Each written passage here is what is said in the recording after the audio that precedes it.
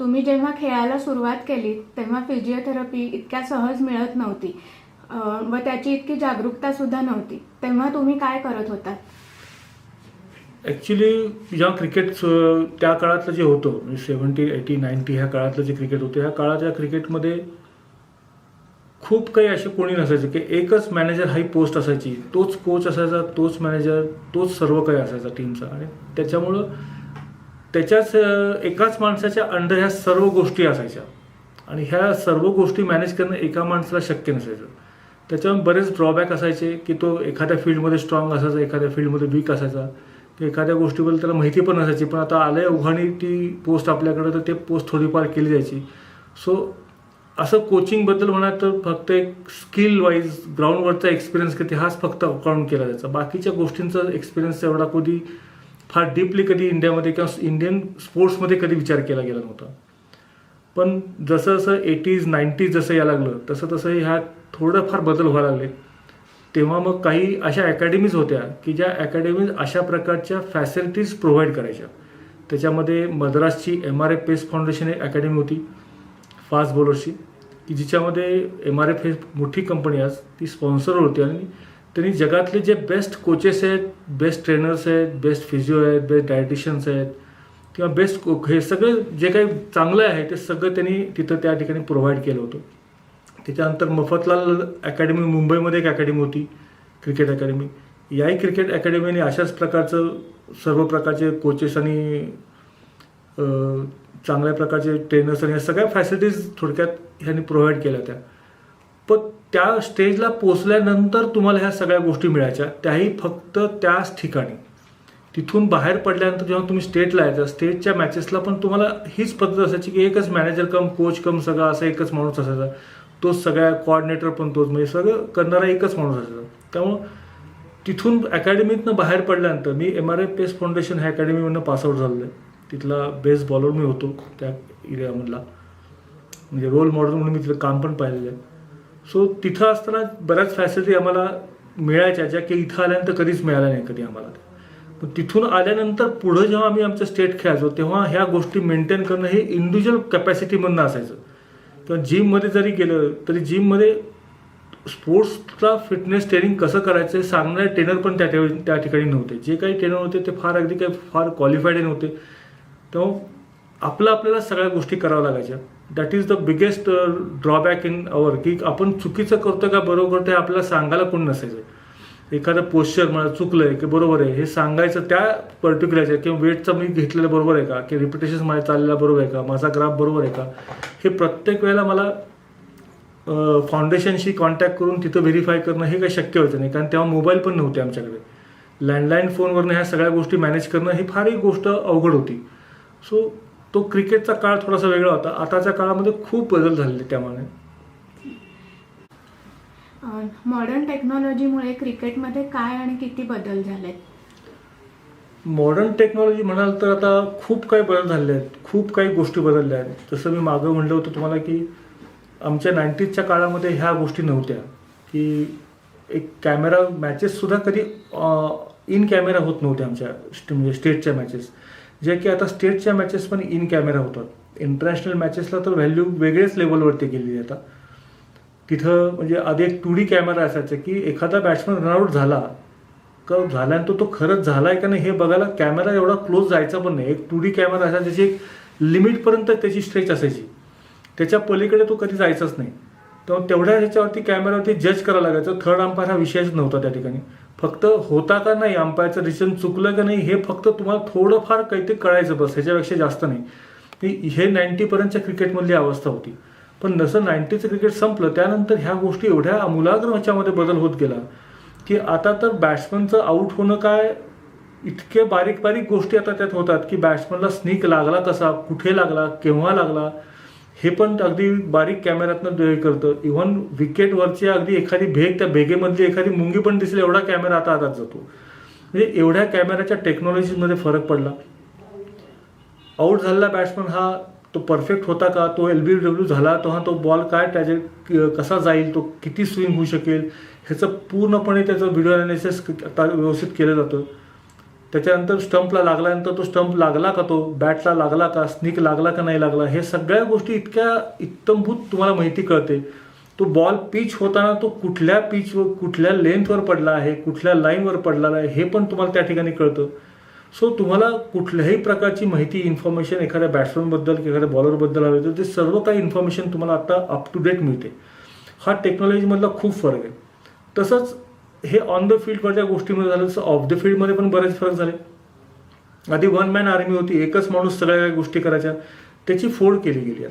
आता एक कोच जर पोस्ट असेल तर मेन कोच म्हणजे चीफ कोच एक कोच निर्माण झाली की त्याच्या अंडर मता बॅटिंग कोच आहे, बॉलिंग कोच आहे, फिल्डिंग कोच आहे, नंतर फिजिओथेरपिस्ट आहे, फिटनेस ट्रेनर आहे, मसाजिस्ट आहे, ह्या क्रिकेट रिलेटेड झाल्या. त्याच्यानंतर बेंच ऑफ द फील्ड तो म्हणतो की बॅकग्राऊंडला काम करणारे लोक आहे, व्हिडिओ अनालिसिस आहे, स्कोरर आहे, अंपायर, ह्या सगळ्या पोस्ट वेगळ्या तयार झाल्या आहेत. त्याच्यामुळं आता क्रिकेट स्पोर्ट्समध्ये सुद्धा की तुम्ही स्पोर्ट्समध्ये एखाद्या स्टेजवरती नाही पोचला, समजा स्टेटपर्यंत पोचलात की स्टेजच्या वर नाही गेलात, तरी तुम्हाला क्रिकेटमध्ये दुसरे ऑप्शन्स तयार झालेत की तुम्ही त्याच फील्डमध्ये कुठल्या ना कुठल्या कारणाने याच्यापैकी कुठलंही तुम्हाला येत असेल, जर तुमचं शिक्षण त्या प्रकारचं झालं असेल तर तुम्ही त्या फील्डशी कनेक्ट राहू शकता. जसं आता कुंबळे स्वतः इंजिनियर आहे आणि सॉफ्टवेअर इंजिनियर असल्यामुळं क्रिकेट करिअर संपल्यानंतर त्यांनी स्वतःचं एक सॉफ्टवेअर त्यांनी डेव्हलप केलं की जे स्कोरिंगसाठी उपयुक्त ठरेल, आणि अशा टाईपचं उपयुक्त सॉफ्टवेअर त्यांनी स्वतः डेव्हलप केलं. त्यातले बारीक सारीक त्याला अँगल त्याला माहीत होते क्रिकेटमधले. सो हे अँगल क्रिएट केलं. आज हेच सॉफ्टवेअर मॅचेससाठी वापरलं जातं बऱ्याच ठिकाणी, स्टेटच्या ह्याला त्या मॅचेसला किंवा लोकल मॅचेसला पण ते सॉफ्टवेअर वापरलं जातं. सो हा त्यातला फरक झाला की तुम्ही त्याच फील्डमध्ये राहून सुद्धा तुम्ही बऱ्याच गोष्टी होऊ शकता. आणि ह्या टेक्नॉलॉजीमुळे आज बारीक सारीक गोष्टीसाठी तुम्हाला स्पेशल प्रोफेशनल पर्सनकडे तुम्हाला तिथे पर्सन तो अवेलेबल असतो असं म्हणू शकतो आपण. त्याच्यामुळे ही फार मोठी गोष्ट आहे. तुमचा टाईम सेव्ह होतो याच्यामुळे. तुम्हाला योग्य वेळेला योग्य निर्णय मिळतो. तुम्ही काय करायचे, तुम्हाला कुठलं ॲक्शन घ्यायची आता ह्याच्या पुढची. तर त्यासाठी वेळ लागायचा, आधी वाट बघायला लागायची किंवा तिथल्या लोकलच्या कोणाच्या तरी डॉक्टरकडे जावं लागायचं, विच इज तो कितपत क्वालिफाय आहे, किती आहे त्याला स्पोर्ट्समधलं आहे. कारण ह्याच्यामध्ये स्पोर्ट्स हा सब्जेक्ट वेगळा आहे, नॉर्मल ह्याच्यामधला वेगळा आहे. फिटनेस ट्रेनर हा बरेच असतात, पण फिटनेस ट्रेनिंगमध्ये पण स्पोर्ट्स फिटनेस ट्रेनिंग हे वेगळं कन्सेप्ट आहे आणि नॉर्मल फिटनेस ट्रेनिंग कन्सेप्ट वेगळी आहे. फिजिओथेरपिस्टमधली फिटनेस ट्रेनिंग ही कन्सेप्ट वेगळी आहे. सो इथं तुम्हाला प्रोफेशनल्स मिळतात की जे करून त्यांच्याकडून तुम्ही ह्या गोष्टी अवेलेबल करू शकता. आत्ताच्या तरुण खेळाडूंना या सगळ्या सुविधा मिळत आहेत, तर त्यातल्या फिजिओथेरपीचं त्यांच्या करिअरमध्ये काय महत्त्व सांगाल? ॲक्च्युली तसं खरं बघायला गेलं तर हा प्रश्न थोडासा मला असं सांगता येईल की एक इंडियन ट्रेडिशन जर बघितलं तर आपल्याकडे स्पोर्ट्समध्ये फार काही जागरूकतेने बघितलं जात नाही. अजूनही ती पद्धत तशी काही फार त्यात बदल झालेला नाही अजून त्या गोष्टीमध्ये. वर्षानुवर्ष स्पोर्ट्स हे थोडंसं एक लेवलनंतर त्याला क्रीम लेवल म्हणतो आपण की त्या क्रीम लेवलला पोचल्यानंतर तुमच्या त्यातली व्हॅल्यू तुमची वाढते. अदरवाईज स्पोर्ट्समध्ये जर कोणी करिअर करणार आहे असं म्हटलं तर थोडंसं नाखुशीनेच बघितलं जातं की याला आता काही ऑप्शन नाही राहिले म्हणून हा स्पोर्ट्समध्ये गेला आहे. की स्पोर्ट्समध्ये पण करिअर आहे ही गोष्ट आता थोडीफार काही पालकांपर्यंत पोचली आहे की आता पालक त्यातनं बघायला लागले की आता त्याच्यामध्ये ग्लॅमर आलेला आहे, पैसा आलेला आहे. जसं मी माझ्या 90च्या काळामध्ये आम्ही खेळायचो तेव्हा मला एक रणजी ट्रॉफी खेळायला 400 रुपीज मिळायची. वेराज आता एक रणजी ट्रॉफी खेळली तर 1.5 ते 2 लाख रुपये एका मॅचचे मिळतात. म्हणजे माझ्या करिअरची बेरीज जरी केली तर 1.5-2 लाख रुपये होत नाही, म्हणजे इतक्या मॅचेस खेळून सुद्धा. सो हा त्यातला फरक होता की आताच्या मुलांना काय आलं की टेक्नॉलॉजी तिथपर्यंत कधी पोचली नव्हती की काय टाईपच्या एक्सरसाइज करायला पाहिजे, वॉर्मिंग अप काय असतो, कुलिंग डाऊन काय असतं हे सांगायला कोण नव्हतं. त्यामुळं आत्ताही त्याच प्रकारे थोडंफार केलं होतं की कोणी करून घेत असेल तर ही लोक करतात, बरं कोणी करून घेणार नसेल तर ही स्वतःहून करत नाही. ती आजकालची जनरेशन स्वतःहून कधीच करत नाही, कारण त्यांना स्वतः कोणीतरी करून घेतलं तरच त्यांना करायला आवडतं.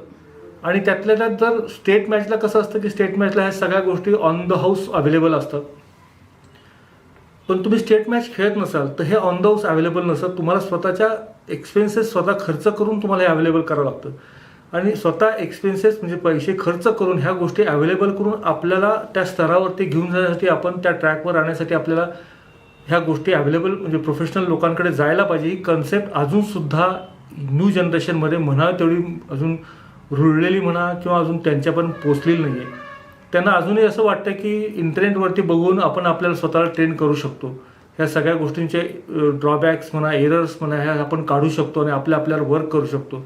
पण तसं होत नाही. तसं करायला नको ॲक्च्युली. आता तुमच्या या काळामध्ये ह्या सगळ्या इतक्या इंटरनॅशनल लेवल म्हणा की नॅशनल लेवलवर म्हणा इतक्या काही फॅसिलिटीज अवेलेबल आहेत. आता नवीन कन्सेप्टनुसार प्रोग्राम्स, फिटनेसचे पण प्रोग्राम बदलत चाललेत. आता बऱ्याच एज्युकेशन संस्था आहेत की ज्या आता स्पोर्ट्स टेक्नॉलॉजीवरती वर्क करत आहेत. स्पोर्ट्स सायन्स आहे, स्पोर्ट्स फिटनेस आहे, स्पोर्ट्स न्यूट्रिशनिस्टच्या वेगळ्या कन्सेप्ट अशा पुढे येत आहेत की ज्याच्यावरती ह्या कन्सेप्टवरती खूप प्रमाणामध्ये आता हे झाले. आणि आता इंटरनेट माध्यमातून सुद्धा तुम्ही ऑनलाईन सुद्धा तुम्ही आता फॉरेन बऱ्याचच्या ज्या युनिव्हर्सिटीज आहेत त्यांच्यावर तुम्ही असे प्रोग्राम्स ॲडमिशन घेऊन ते सर्टिफिकेट करू शकता. पण अशा प्रकारचे अवेलेबल झाल्यामुळं आता असे ट्रेनर्स, असे फिजिओज किंवा अशा प्रकारचे कोचेस आता अवेलेबल आहेत. पण यांचा वापर आत्ताची जनरेशन म्हणाल तेवढ्या प्रमाणात करून घेत नाही. अजूनसुद्धा इंडिव्हिज्युअल लेवलवरतीच ह्या गोष्टी हँडल करायचा प्रयत्न केला जातो. That is the biggest loss of sports की ज्याच्यामुळं ज्या प्रमाणामध्ये आज पॉप्युलेशन इंडियामध्ये आहे त्या ज्या प्रमाणामध्ये स्पोर्ट्समन तयार व्हायला पाहिजे प्रत्येक स्पोर्ट्समध्ये म्हणतोय, नॉट ओन्ली क्रिकेट, त्या प्रमाणामध्ये होत नाहीत. कारण त्यांच्यापर्यंत त्या गोष्टी पोचतच नाही. जरी पोचल्या तरी त्या अवेलेबल करून त्यावर ते खर्च करायची कॅपॅसिटी पण त्यांची नाही आहे. पालकांचा दृष्टिकोन पण त्यासाठी बदललेला आहे. सपोज मी म्हणतो की इंजिनिअरिंग करत असाल तुम्ही किंवा अजून कुठली प्रोफेशन करत असाल, त्या प्रोफेशनला जर कुठल्या ट्रेनिंगचा जो काही खर्च आहे तर खर्च ज्यांची फी आहे किंवा काही असेल तर ती डोळे झाक म्हणजे पालक लगेच द्यायला तयार होतात. पण तोच विषय जर स्पोर्ट्स संदर्भात असेल किंवा स्पोर्ट्स संदर्भात कोचिंग आणि बाकीच्या सर्व न्यूट्रिशन, डाएट आणि फिजिओथेरपी आणि त्याचं फिटनेस हे सगळं धरून एवढं पॅकेज आहे म्हणलं तर लगेच लोक म्हणतात एवढा खर्च करायचा याच्यावरती एका स्पोर्ट्ससाठी, लगेच डोक्यावरती त्यांचे असं हे होतं. पण त्या स्पोर्ट्समधनं मिळणारे जे लाखो कोटी रुपये आहेत ते मात्र त्यांना हवेत. पण त्या लाखो कोटी मिळणाऱ्या पैशांसाठी जे बेसिक रिक्वायरमेंट असते ती त्यासाठी खर्च करायची मात्र त्यांची अजून सुद्धा तयारी नाही आहे. How important is it for athletes to take guidance of experts for better performance? जसं मगाशी आपण प्रश्नामध्ये म्हणलं होतं की आता ह्या सर्व गोष्टी ज्या आहेत ह्या अवेलेबल आहेत आता मार्केटमध्ये की तुम्ही एक्सपर्ट्सकडे जाऊ शकता. तर तुम्ही रिहॅबिलिटेशन किंवा एखाद्या वेळेस असं होतं, असंही होऊ शकतं की तुम्ही तुमच्या फिटनेस लेवल आता पहिल्यापासून एक तर पहिल्या महत्त्वाची गोष्ट अशी आहे की आता क्रिकेटिंग किंवा कुठलाही स्पोर्ट्स हा थ्रूआउट द वर्ष म्हणजे थ्रूआउट इयर खेळला जातो. स्पेसिफिक सीझन आता राहिलेलं नाही आहे. आधी असं सीझन असायचे कुठल्याही स्पोर्ट्सचे सीझन असायचे की क्रिकेट म्हणले की समर, आउटडोर स्पोर्ट्स म्हणले की समरमध्ये यायचा. काही त्यातल्या त्यात फुटबॉलसारखे गेम आहे की जे पावसाळ्यामध्ये खेळले जायचे, रग्बी, फुटबॉल. आपल्याकडे रग्बी एवढं खेळला जाते पण फुटबॉल थोड्यापैकी खेळतो, थोडाफार पावसामध्ये खेळला होतो.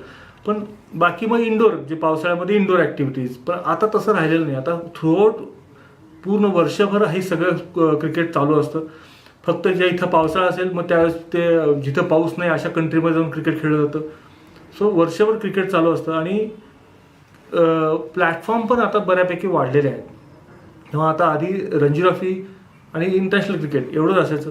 आता इंटरनॅशनल क्रिकेटबरोबर म्हणजे डोमेस्टिक क्रिकेट आणि इंटरनॅशनल क्रिकेटबरोबर IPL सारख्या टुर्नामेंट झालेल्या आहेत की ज्या टुर्नामेंटला पण खेळणं आहे आणि तिथून पण तुम्हाला डायरेक्ट इंडियाला जाता येऊ शकतं की तुम्ही रणजी ट्रॉफी नाही खेळा, डोमेस्टिक क्रिकेट खेळा आणि डायरेक्ट IPLला सिलेक्ट झालात आणि तिथून तुम्ही परफॉर्मन्स केला तर तुम्ही तिथून पण इंडियाला जाऊ शकता without playing a domestic cricket आणि तुम्ही इंटरनॅशनल क्रिकेट खेळू शकता. असं there is a lot of platforms इथं अवेलेबल झाले आहेत आणि ह्या प्लॅटफॉर्मवर अवेलेबल झाल्यामुळे काय होतं की तुम्हाला वर्षभर क्रिकेट खेळावं लागतं.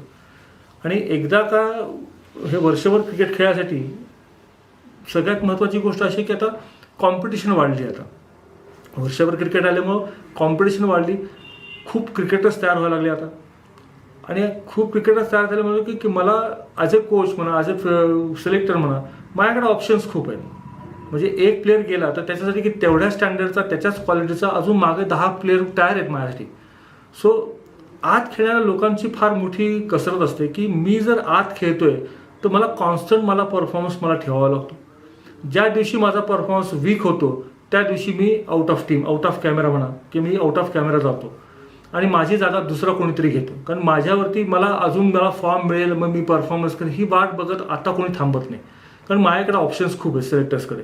सो सिलेक्टर तेवढा मला ऑप्शन्स देत नाही. तो पटकन लगेच त्या ठिकाणी दुसऱ्या प्लेअरला लगेच अवेलेबल केलं जातं आणि तुम्हाला म्हणतात की तुम्ही रेस्ट घ्या, तुम्ही स्वतःला ट्रेन करा परत आणि मग परफॉर्मन्स करा, तो तुम्ही परत त्या स्टँडर्डला आलात, अप टू द मार्क आला, तर we will give you definitely अजून तुम्हाला अपॉर्च्युनिटी देण्यात येईल.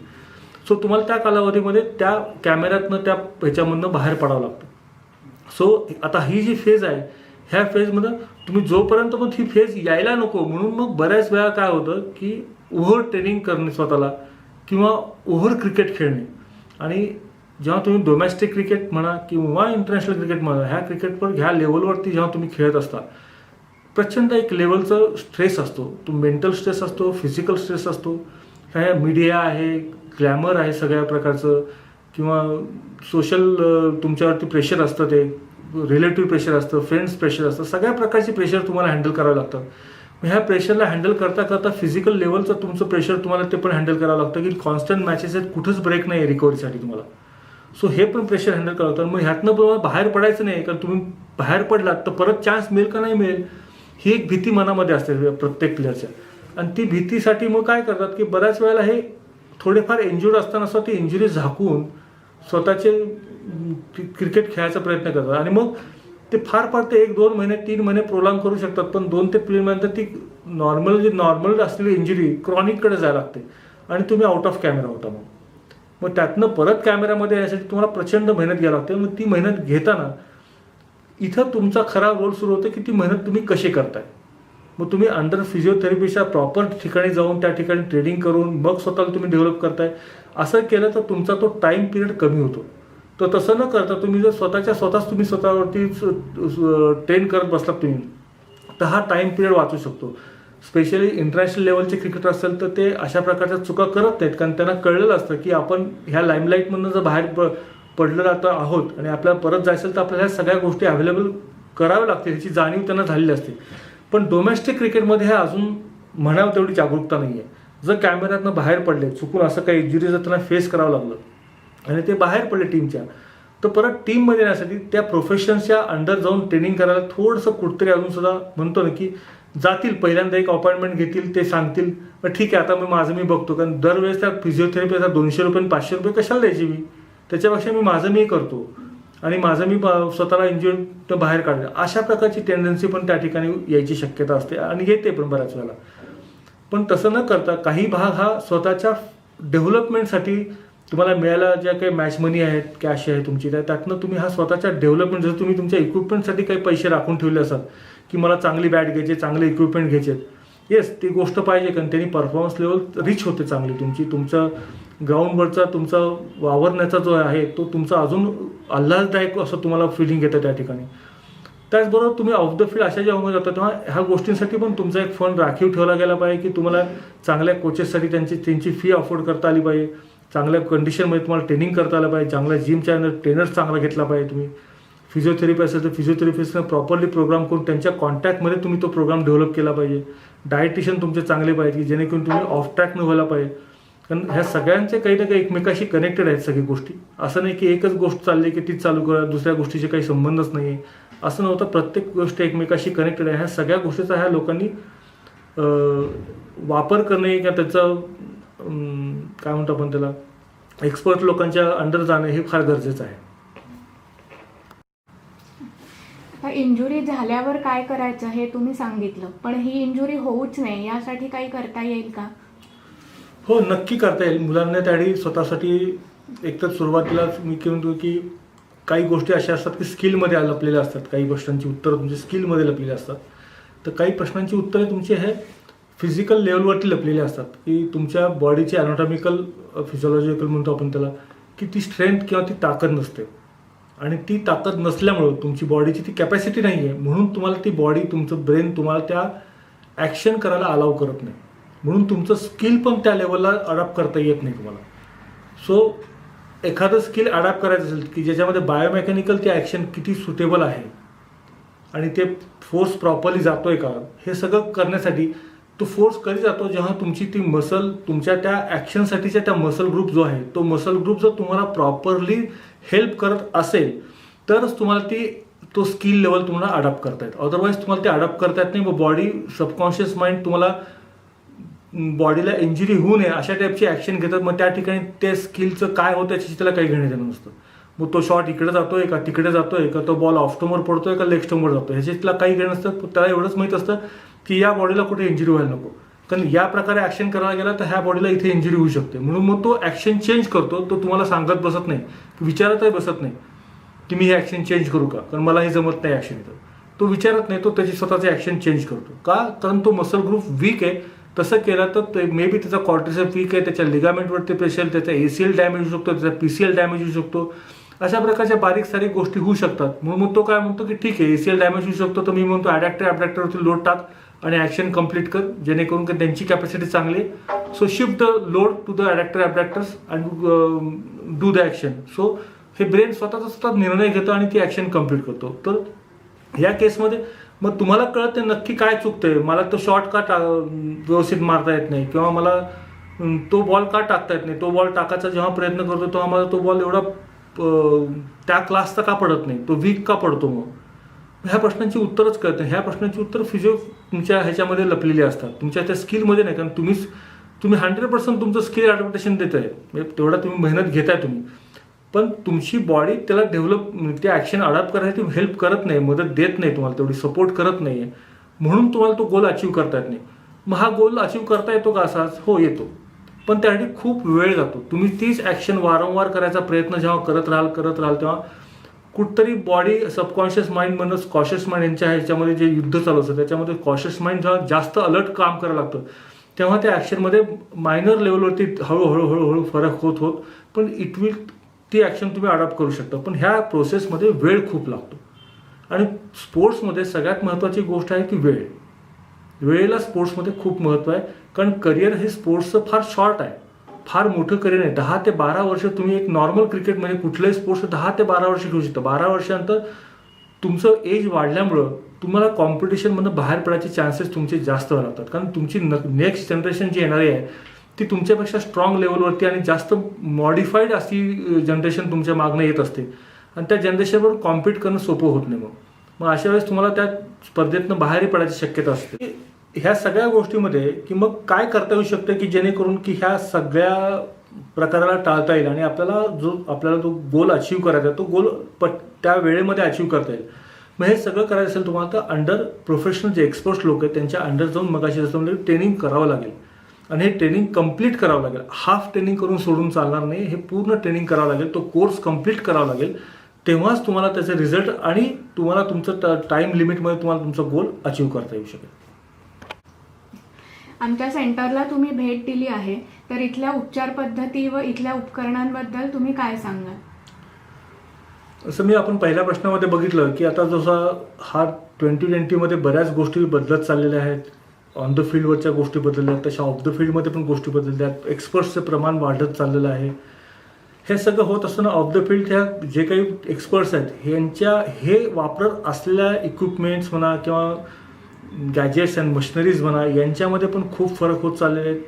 आता स्मार्ट वॉच आले, स्मार्ट मोबाईल फोन आलेले आहेत, त्याच्या थ्रू तुम्ही तुमच्या ॲक्टिव्हिटीजला शेड्यूल करू शकता, तुम्हाला ते अलर्ट करू शकतं. तसंच काही मशिनरी पण अशा आहेत की ज्या मशिनरी ह्या तुम्हाला ह्या सगळ्या प्रकारच्या गोल अचीव करायला अजून ॲडव्हान्स लेवलवरती घेऊन जात आहेत.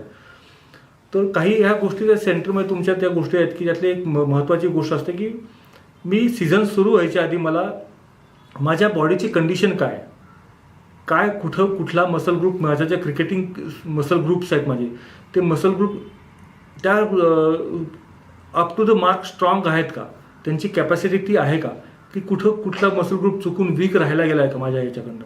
तुम्ही माझी एक्सरसाइज केल्या त्या फॉर्ममध्ये मला जो एक्सरसाइज आता फॉर्म करायचा आहे प्री सीझन म्हणजे सीझन सुरू व्हायच्या आधी माझ्याकडे 2-3 महिने आहे. या 2-3 महिन्यामध्ये काय करायला पाहिजे जेणेकरून की माझा त्या 3 महिन्यामध्ये तो गोल मी अचीव करेन, आणि मला मग तो जो गोल अचीव झाला माझा तर मला माझ्या सीझनमध्ये कुठल्याही प्रकारच्या इंजुरीला सामोरं जावं लागणार नाही आणि माझा तो सीझन अजून चांगल्या प्रकारे मला परफॉर्मन्स लेवल घेऊन जातील. सो हे करायसाठी आत्ता सेंटरमध्ये जे आत्ता अवेलेबल असलेली गोष्ट आहे ती म्हणजे की तुम्हाला तुमच्या प्रत्येक मसलची स्ट्रेंथ किती आहे, प्रत्येक इंडिव्हिज्युअल मसलची स्ट्रेंथ किती आहे आणि ती कशी ॲक्ट करते तुमची, म्हणजे कशा प्रकारे तुमची ती पाहिजे लेवल, ती लेवल किती पाहिजे आणि तुम्ही कुठल्या लेवलवरती आहात हे कळणारं मशीन आत्ता ह्या सेंटरला उपलब्ध आहे. आणि ह्याचा फायदा मात्र खूप होऊ शकतो की मला माझा वर्कआउट प्रोग्राम प्लॅन करायचा आहे, तो करताना मला त्याचा फायदा खूप मोठ्या प्रमाणात होणार आहे. कुठल्या लेवलवरती आहे, कसा आहे, किती आहे, सगळं मला इत्थंभूत करणार आहे आणि त्याच्या आधारे मला माझा पुढचा 3 महिन्याचा प्रोग्राम जर चांगल्या प्रकारे जर रन केला तर 3 महिन्यानंतर परत ही टेस्ट घेतल्यानंतर मला मी त्या लेवलवरती आलो आहे का, आलो नसेल समजा मी काही पर्सेंटेज कुठल्या तरी मसल ग्रुपवरती कमी आहे, सो ड्युरिंग द पिरियड म्हणजे ड्युरिंग द सीझन मी कुठल्या प्रकारच्या एक्सरसाइज केल्या की मला ही लेवल मेंटेन ठेवत जाता येईल, त्याचाही प्रोग्राम तुम्हाला तयार करता येऊ शकतो. सो हे जे ॲडव्हान्स गोष्टी आहेत ह्या ॲडव्हान्स गोष्टी आज या ठिकाणी उपलब्ध आहेत आणि मला वाटतं की याचा नक्कीच आत्ताच्या यंग जनरेशन याचा वापर करून घ्यायला हवा. In the current COVID situation, what positive message would you give to motivate your athletes? Okay, खरं तर हे अशा प्रकारचं कंडिशन्स ही पहिल्यांदाच आलेली आहे, पण मला असं वाटतं की असं कंडिशन्स किंवा अशा गोष्टी ह्या वारंवार कधी ना कधी ते आता नवीन ह्या मॉडर्न वर्ल्डमध्ये हे होत राहणार आहे. सो हे जरी होत असलं तरी आपण डोमेस्टिक किंवा लोकलमध्ये राहून विचार करून चालणार नाही. तुम्हाला तुमच्या विचारसरणी बदलायला हवी की अपॉर्च्युनिटी काय तुम्हाला सांगून येणार नाही आहे, ती कुठेही आणि कधीही येऊ शकते. जसं IPL टुर्नामेंट इंडियामध्ये होणार का नाही होणार ह्याच्यावरती आपण चर्चा करत बसलो, कट्ट्यावरती गप्पा मारत बसलो, झूमवरती मीटवरती मित्रांशी गप्पा मारल्या, नुसती चर्चा करत बसलो आपण, पण तिथं बॅकग्राऊंडला काय होत चाललं ह्याची आपल्यापर्यंत इन्फॉर्मेशन नसते की नक्की काय चाललंय किंवा वरच्या लेवलवरती काय निर्णय घेतले जात आहेत. हे निर्णय आपल्यापर्यंत पोहोचत नाही. सडनली 15 दिवसापूर्वी आपल्याला बातमी म्हणजे आज बातमी कळते की 15 दिवसांत किंवा 1 महिन्यानंतर IPL डिक्लेअर झाले आणि IPL दुबईत होणार आहे. आता ही सडन बातमी 1 महिन्यात कळल्यानंतर 1 महिन्यामध्ये तुम्ही जर त्या कॉम्पिटिशनमध्ये आहात तर तुम्हाला हे कॉम्पिटिशनमध्ये असलेल्या लोकांना पटकन स्वतःला तयार करणं हे अवघडून बसतं की अपॉर्च्युनिटी आलेली आहे आणि आता मला तयार व्हायचं बाबा, की तसं नाही होत आहेत मग, आणि मग कुठंतरी तुम्ही कमी पडता आणि मग त्या लेवलला तुम्ही जात नाही. तर अशा वेळेस मला असं म्हणायचं असतं मुलांना की अपॉर्च्युनिटी कधी येईल हे सांगता येत नाही. स्पोर्ट्समध्ये तुम्ही तयार राहणं गरजेचं आहे. परीक्षा जसं एज्युकेशनमध्ये परीक्षा जीट आहे, नीट आहे, क्लॅट आहे, सगळ्या एक्झाम चालू आहेत. काही प्रोग्राम ऑनलाईन एक्झाम झाल्या, काही फिजिकली जाऊन तुम्हाला एक्झाम द्यायला लागल्या, पण त्या एक्झाम कधी याची तारीख सारख्या पोस्टपोन होत गेल्या. म्हणून विद्यार्थ्यांनी अभ्यास करायचा नाही का, त्यांनी रेडी राहणं काम आहे त्याचं. ते परीक्षा केव्हाही डिक्लेअर झाली ते मला रेडी राहायला पाहिजे हे समजणं फार गरजेचं आहे.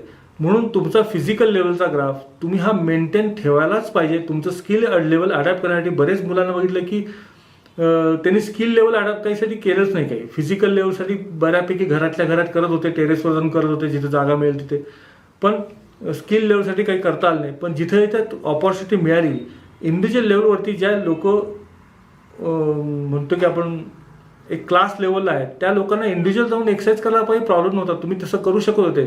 तशा परमिशनसाठी तुम्ही प्रयत्न केले का की असं आहे आम्ही इंडिव्हिज्युअल लेवल सोशल डिस्टन्सिंगमध्ये मी इंडिव्हिज्युअल जाऊन प्रॅक्टिस करी किंवा माझा कोच आणि मी असं जाऊन प्रॅक्टिस केली 2 जण एखाद्या छोट्याशा ग्राउंडवरती, तर ते आम्हाला तशी परमिशन तुम्ही मिळावी. अशी परमिशन तुम्ही घ्यायसाठी प्रयत्न केले होते का?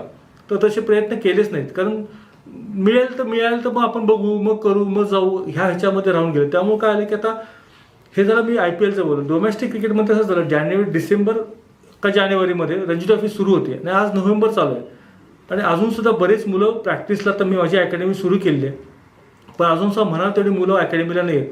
म्हणजे काय की जी कॉम्पिटिशनमध्ये स्वतःला ठेवलेली मुलं आहेत त्यांना असं वाटत नाही की जाऊन प्रॅक्टिस करायला पाहिजे.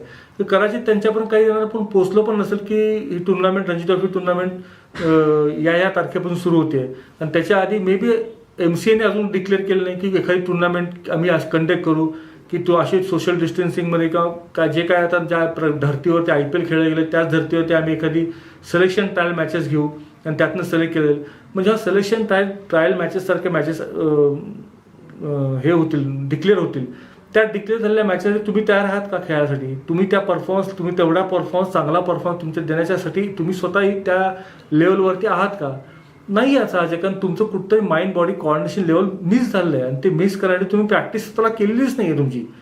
सो त्या ठिकाणी तुमचं परफॉर्मन्स हा लेवल कधीच तुम्ही मॅच करू शकणार नाही. सो ह्याच्या पुढं जी चूक आत्ता घडली, कारण ही कंडिशन पहिल्यांदाच आली होती अशी, पण इन फ्युचरमध्ये अजूनही मला असं वाटतं की अजून हे वर्षभर तरी हे कोविड काय आपल्याला सोडणार नाही आहे. कारण वॅक्सिन आलं जरी ते इंजेक्शन आलं सगळं तरी ते प्रत्येकापर्यंत पोहोचणं हे सगळ्या गोष्टी व्हायला अजून मला वाटतं वर्ष जातील. तर ह्या पोझिशनमध्ये पुढच्या वर्षी सीझनमध्ये ती चूक परत व्हायला नको या दृष्टीने तुम्ही आत्तापासून काळजी घ्या, म्हणजे स्वतःची काळजी घ्या की जेणेकरून ह्या अशा प्रकारच्या प्रॉब्लेममध्ये तुम्ही स्वतः अडकणार नाही. तुम्ही तुमच्या स्पेशल परमिशन्ससाठी तुम्ही ट्राय करू शकता, कलेक्टरसाठी जाऊन भेटून अशा प्रकारचं तुम्ही मांडू शकता. आणि अशा प्रकारची छोटी मोठी जी ग्राउंड असतात ज्या ठिकाणी तुम्ही इंडिव्हिज्युअल लेवलवर जाऊन प्रॅक्टिस करता येऊ शकते, अशा कंडिशन्स तुम्ही त्यांना दाखवून त्या ठिकाणचे प्रॅक्टिसचे ॲडव्हान्टेज तुम्ही नक्कीच घेऊ शकता. या कोविड काळामध्ये तुम्ही तुमची अकॅडमी परत सुरू केली आहे, तर त्याबद्दल तुम्ही काय सांगू इच्छिता? आत्ता आम्ही कोविडमधनं जे कोविडच्या पिरियडमध्ये आता अकॅडमी सुरू केली आहे. आत्ताही तिथं पर्सनल ट्रेनिंगवरती सध्या ट्रेनिंग चालू आहे. लिमिटेड सोशल डिस्टन्सिंग ह्या विषयाचा भान ठेवून आम्ही थोडंसं लिमिटेड मुलांसाठीच अकॅडमी सुरू केली आहे. या अकॅडमीमध्ये आम्ही आता जे ट्रेनिंग करतो आहे त्यातले जे एलिट क्लासला किंवा ज्या लोकांना कॉम्पिटिशनला जायचं आहे अशा लोकांना या फिजिओथेरपीचा आपला जो रिहॅब सेंटर आहे, ह्या रिहॅब सेंटरबरोबर आपण टायअप करून अजून ॲडव्हान्स लेवलला मुलांना ट्रेन कसं करता येईल आणि यांचं लवकरात लवकर त्यांना त्या टुर्नामेंटसाठी किंवा प्रोफेशनल लेवलवर जाण्यासाठी कशी काय मदत मिळू शकेल यासाठी आम्ही प्रयत्न करून तिथे तिचा फायदा घेतो आहे. आणि अकॅडमीमध्ये आता फास्ट बॉलिंग स्पेशलायझेशन तर माझं आहेच आहे, बाकीचे प्रॅक्टिस सध्या चालू आहेत आणि प्रोफेशनल ट्रेनिंगवरती त्या ठिकाणी ट्रेनिंग आत्ता सध्या दिले जाते.